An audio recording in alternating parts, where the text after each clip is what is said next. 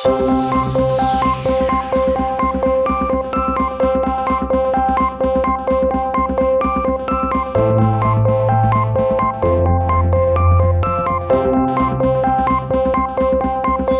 le plan organisationnel, je crois que le Stade de Mbour a continué à évoluer, a fait un bond qualitatif. Aujourd'hui, nous avons lancé la marque du Stade de Mbour Jaxaay Wear, que nous portons, dont nous faisons également la promotion à travers des maillots, à travers des gadgets, des goodies. Parce que ça, c'est un premier jalon que nous voulons poser dans le renouveau du Stade de Mbour. Sur le plan organisationnel également, nous avons signé plusieurs conventions parce que le Stade de Mbour de ces dernières années, surtout là, à partir de l'année passée, nous avons signé beaucoup de conventions. Nous avons signé une convention avec la mairie de Mbour, nous avons signé une convention avec la SACPO. Nous sommes en train de travailler sur des conventions avec d'autres.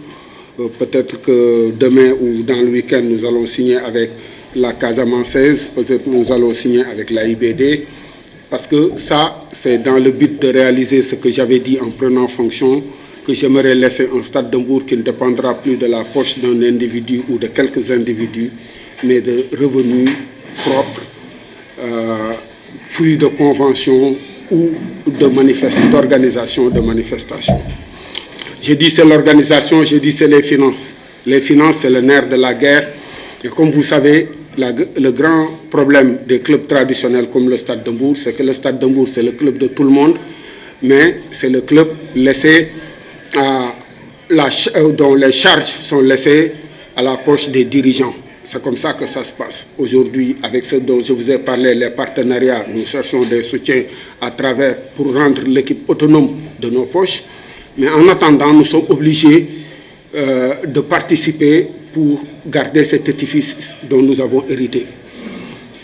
Ce qui fait que le Stade de Mbour, aujourd'hui, en tout cas depuis nous avons fait notre saison hivernale. Aujourd'hui, c'est le 4e mois que nous nous apprêtons à payer. À la date d'aujourd'hui, le Stade de Mbour ne doit rien à personne.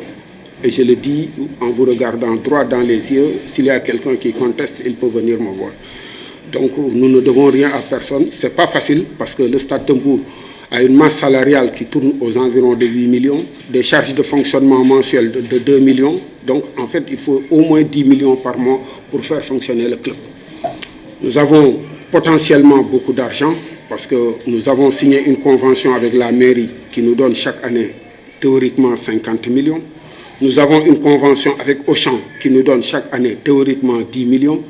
Nous avons une convention qui n'est pas encore, dont la mise en exécution n'a pas démarré avec la SAPCO pour 30 millions.